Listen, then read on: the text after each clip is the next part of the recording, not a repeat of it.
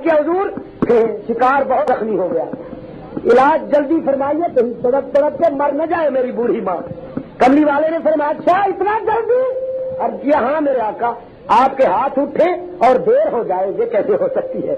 کملی والے نے فرمایا اسے گھر لے جاؤ، اپنی اماں عائشہ سے کہہ دے چادر تان دے، پرلی طرف اپنی ماں کو بٹھاؤ، میں پردے میں اس طرف بیٹھ کے آتا ہوں اور اس کو ایمان کی تلقین کروں۔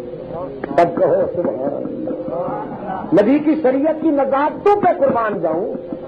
آج کل کا پیر تو کہتا ہے مرید کی بیٹیاں روحانی اولاد ہیں، بابا ان سے کیا پردہ۔ دیکھیے سیاق کے مسلمانوں، میری تمنا ہے، میری حسرت ہے کہ جو اللہ والے ہیں ان کا جوتا میں سر کا تاج بناؤں، ان کے پاؤں کی خاک کو اپنی آنکھوں کا سرما بناؤں، لیکن وہ جو اللہ والے ہیں، اور اللہ والے وہ ہوتے ہیں، کون ہوتے ہیں اللہ والے؟ جن کی زلفیں دراز ہو، بابا زلف دراز ہو، جن کا جبہ کالا ہو، بابا سیاہ پوش ہو، بول دے کیوں نہیں؟ اللہ والے کون ہوتے ہیں؟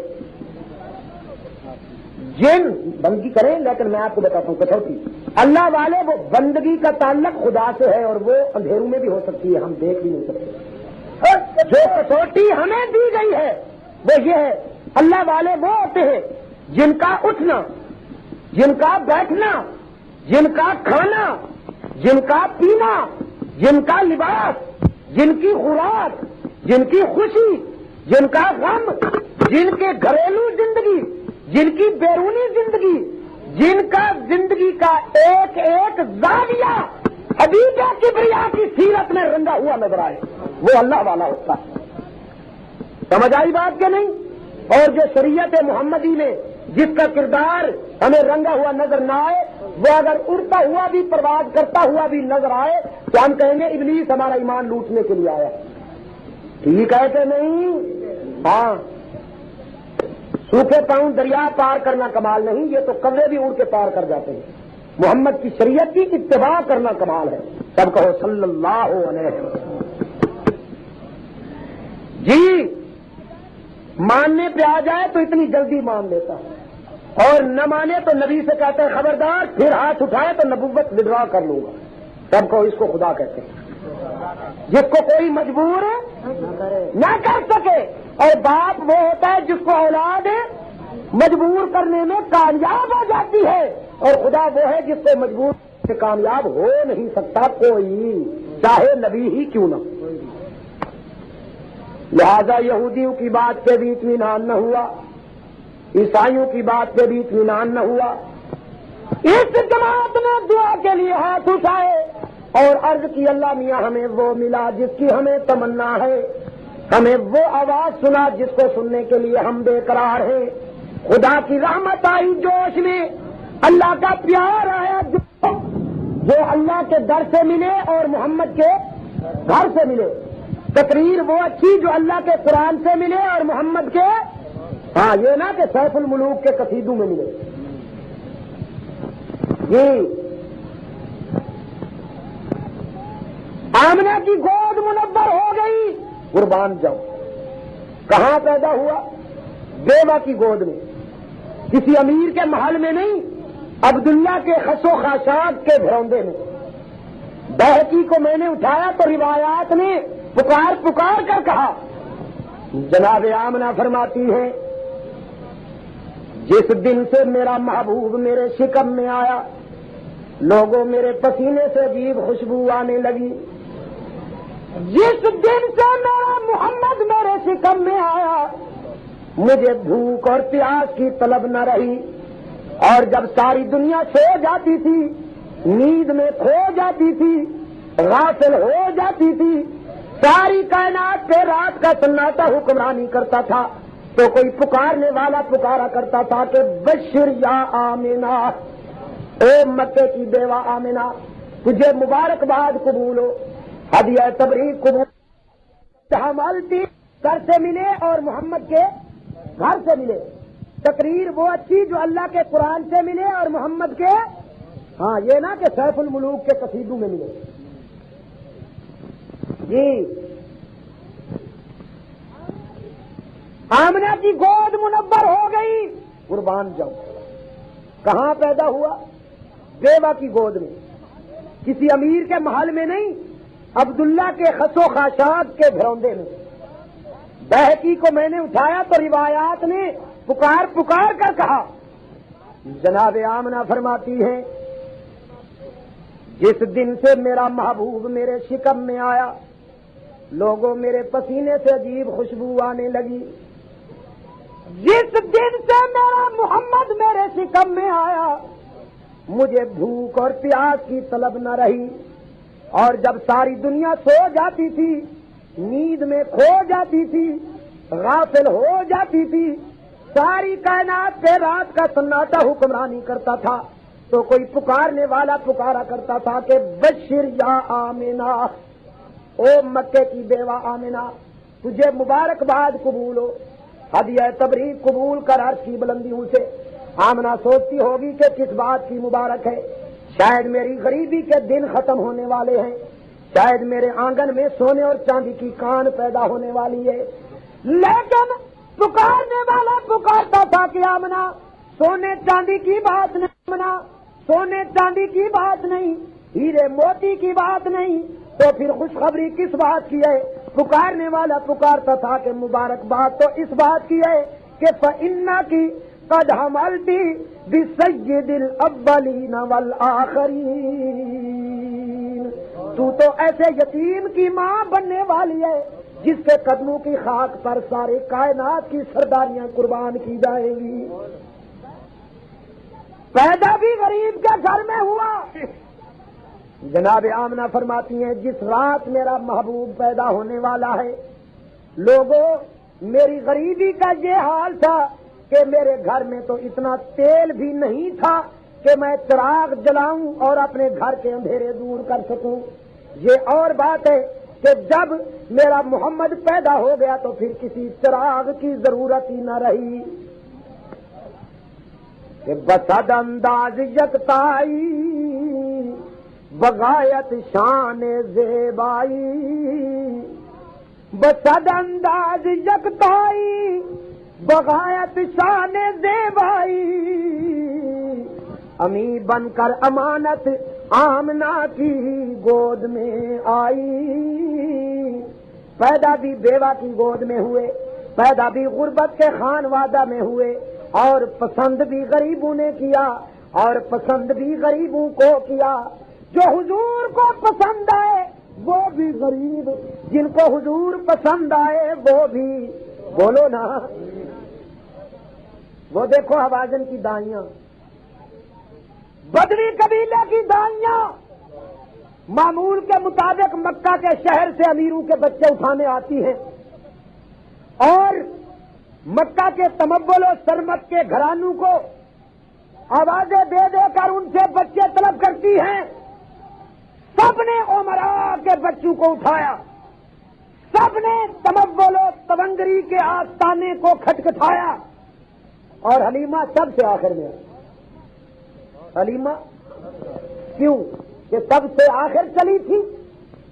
میں کہا کرتا ہوں بالکل نہیں، جس کی سواری کمزور ہو وہ تیز رفتار سواری والوں سے پہلے سفر کیا کرتا ہے، ٹھیک ہے کہ نہیں؟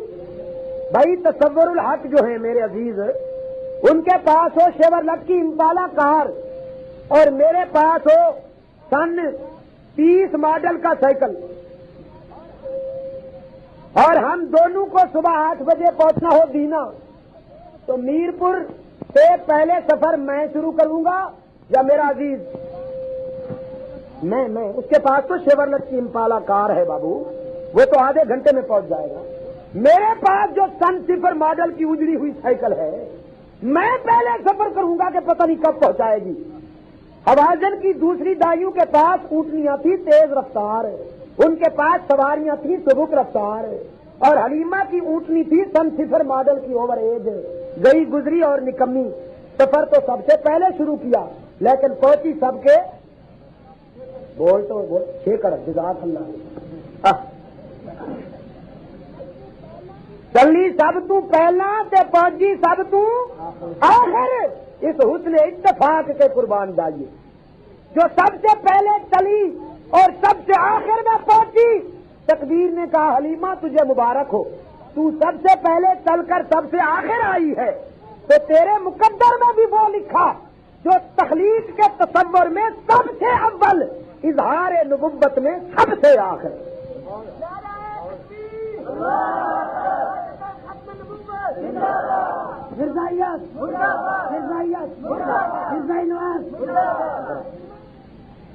حلیمہ مکے میں آ رہی ہے اور حوازن کی دائیاں مکے سے جا رہی ہے۔ جانے والی دائیوں کے آغوش امیروں کے بچوں سے بھرے ہوئے ہیں، اور خالی ہاتھ آنے والی حلیمہ پر تمام دائیوں نے طنز کیا، ہن آ گئی ہے پیپے سے بیٹھ کے، ہن کی لبنا تینوں؟ بچے تے سارے اسی اٹھا کے جا رہی ہیں، آ جا واپس ساڈے نال چل، ساڈے بچیاں نو دیکھ کے اکھاں ٹھنڈیاں کر لئیاں کر۔ مکے چ بچہ کوئی نہیں رہا۔ حلیمہ کہندی ہے رب راکھا غریباں دا، جے کوئی نہیں رہا تے مینوں مکے دیاں دیواراں نال سر تے ٹکرا لین دیو، مینوں نصیبے تے آزما لین دیو۔ حلیمہ مایوس ہو کر آئی، مکے میں قدم رکھا، لیکن قربان جاؤں خدا کتنا بے نیاز ہے، وہ کتنا کار تھا۔ میں نے کہا بڑی مایوس تھی دائی حلیمہ جب گئی مکے، بڑی مایوس تھی دائی حلیمہ جب گئی مکے، مگر آئی تو لے کر دو جہاں کا تاجدار آئی، اور حلیمہ دو جہاں قربان ہوں تیرے مقدر پر، کہ تیرے غربت قدے میں رحمت پروردگار آئی۔ حلیمہ مکے کی ایک گلی کے کونے پہ اپنی کم نصیبی پہ اشکبار کھڑی ہے، آنکھیں برس رہی ہیں، اور مکے کی کسی ضعیفہ کی نظر پڑ گئی۔ اس نے دیکھا کہ کوئی اجنبی خاتون رو رہی ہے، قریب آئی، کہنے لگی حلیمہ روتی کیوں ہو؟ حلیمہ کہتی ہے میں یہاں کسی امیر کا بچہ اٹھانے آئی تھی کہ پرورش کروں گی تو معاوضہ ملے گا، میری غریبی کے دن بدل جائیں گے، لیکن کیا کروں، سواری کمزور تھی، دیر میں پہنچی ہوں، حوازن کی دائیاں بچے سب اٹھا کے چلی گئی ہیں، اب بچہ رہا کوئی نہیں، میں کسے اٹھا کے جاؤں؟ مکے کی ضعیفہ کہتی ہے حلیمہ یہ تو ٹھیک ہے کہ امیروں کا بچہ کوئی نہیں رہا، لیکن یہ غلط ہے کہ بچہ کوئی بھی باقی نہیں رہا، ایک یتیم باقی ہے جس کو حوازن کی دائیوں نے پسند نہیں کیا کہ اس کا باپ زندہ نہیں، وہ یتیم ہے، اور پھر تو غریب ہے، غریبوں کو غریبوں سے محبت ہوتی ہے، تو جا کے دیکھ لے شاید وہ جنس تجھے پسند آ جائے۔ حلیمہ دل میں سوچتی ہے کہ بچے کو اٹھانا تو میری منشا پہ ہے، جی چاہے گا تو اٹھاؤں گی، مگر اس بیوہ کے درد تو بانٹا ہوں، اس ماں کے دکھ تو بانٹا ہوں جس کے یتیم کو کسی دائی نے پسند نہ کیا۔ وہ ماں کتنی مغموم ہوگی، وہ ماں کتنی غم رسیدہ بیٹھی ہوگی، اس کا جگر تو ٹکڑے ہو چکا ہوگا کہ اس کے یتیم کو کسی دائی نے پسند نہ کیا۔ حلیمہ درد دل لے کے آئی اور آمنہ کے پاس بیٹھ کے کہتی ہے بی بی آمنہ مجھے یہ سن کر بڑا دکھ ہوا کہ تیرا یتیم کسی دائی کو پسند نہیں آیا۔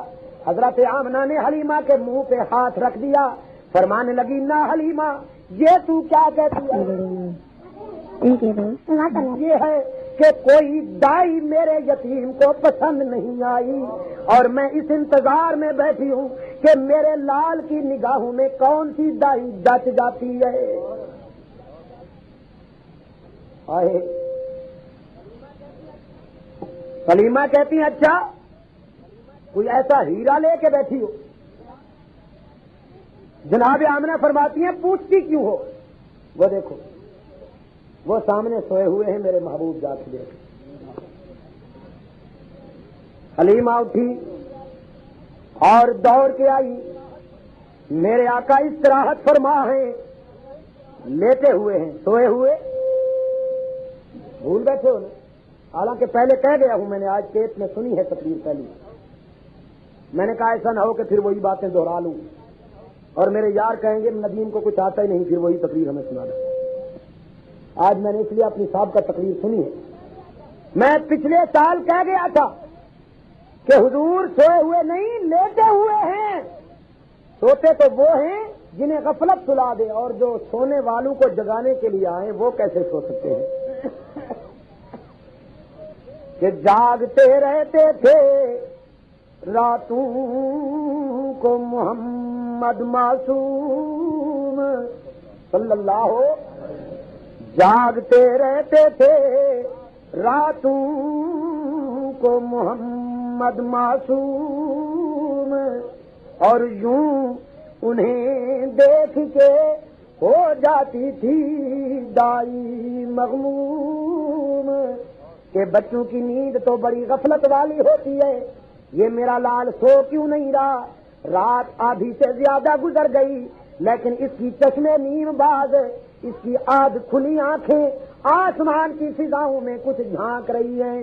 یوں انہیں دیکھ کے ہو جاتی تھی دائی مغموم، پھر لوریاں دے کے مچا دیتی تھی گھر میں ایک دھوم. پر آئے جراز حلیمہ کو کہاں تھا معلوم کہ وہ نہیں سوتے جو آتے ہیں جگانے کے لیے صلی اللہ علیہ وسلم. الف مرت بعدد کل ذرہ. عبداللہ کا یتیم لیٹا ہوا ہے، استراحت فرما ہے. حلیمہ قریب آئی، حضور کے چہرے انور سے چادر اٹھائی. حسن مصطفی کی کرنوں نے حلیمہ کی آنکھوں کو چکا چوند کر دیا، اور حلیمہ کی نگاہوں سے ہوتی ہوئی حسن محمد کی کرنیں آسمان کی بلندیوں کو چھونے لگیں اور عرش کی عظمتوں کو منور کرنے لگیں. میں نے کہا حسان بن ثابت نے تو بعد میں شعر کہہ ڈالے. موقع تو یہی ہے، حلیمہ کے وجدان نے اسی وقت فیصلہ کر لیا ہوگا، حلیمہ کے دل کی نگری نے اسی وقت کہہ دیا ہوگا کہ وَأَحْسَنَ مِنْكَ لَمْ تَرَ قَطُّ عَيْنِي وَأَجْمَلَ مِنْكَ لَمْ تَلِدِ النِّسَاءُ. او محبوبہ تیرے جیاں حسین تے اج تک میری اکھاں نے دیکھیا نہیں، تیرے جیاں سونا تے اج تک کسی ماں نے جنیا نہیں. خلقتا مبرأ من کل عیب. ہائے تو تے تمام عیباں تو پاک پیدا کیتا گیا ہے. کأنک قد خلقت کما تشاء. تینوں دیکھ کے تے میرا دل بول جائے کہ تو تے اوویں پیدا کیتا گیا جویں تیرا دل چاہندا سی. باقی ساری دنیا خدا نے اپنی مرضی دے مطابق بنائی. اللہ نے جویں چاہا آسمان نو بلندی دتی، رب دی جویں مرضی آئی زمین نو وسعت دتی، پہاڑاں نو متانت تو سنجیدگی اور بلندی دتی، ندی نو بہاؤ دتا، شاخاں نو جھکاؤ دتا. رب نے جویں چاہا سمندر نو خروش دتا، طوفاناں نو جوش دتا، رات نو گونج دتی، بادل نو گرج دتی، ہوا نو فراٹا دتا، فضا نو سناٹا دتا، صبح نو اجالا دتا، چاندنی نو جھالا دتا.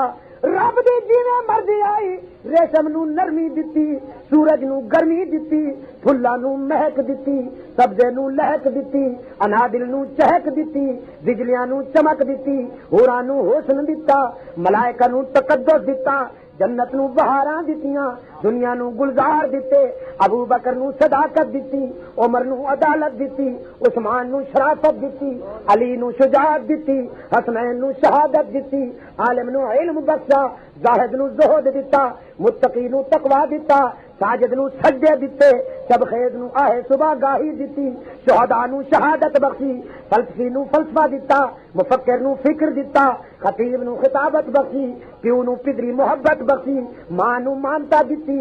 رب دی جویں مرضی آئی ساری دنیا اوویں بنائی، لیکن او محبوبہ جد تیرے بنان دا ویلا آیا تے میرا دل بول دے کہ تیرے بنان تو پہلا خدا نے اپنی تخلیق دے بے مثال ہتھاں نو روک لیا تے پھر پیار نال پوچھیا کہ دس او میرا محبوب، دس او میرا پیارا تینوں کیویں بناواں تینوں کیویں سجاواں کانا کا قد خلقتا کما تشاؤ پھر ذوق دیاں تیرے ذوق دیاں لطافتاں جویں چاندیاں گئیاں اوویں دست جبلت تیرے حسین نقش نگار سنواردا گیا نعرہ تکبیر ختم نبوت زندہ باد حلیمہ نے اٹھایا تے محبوب نو سینے نال لا لیا کہندی آمنہ مبارک دے مینوں تیرے یتیم نو پسند آ گئی ہے آمنہ بی بی فرماندی حلیمہ کی دلیل ہے کہ تم پسند آ گئی ہے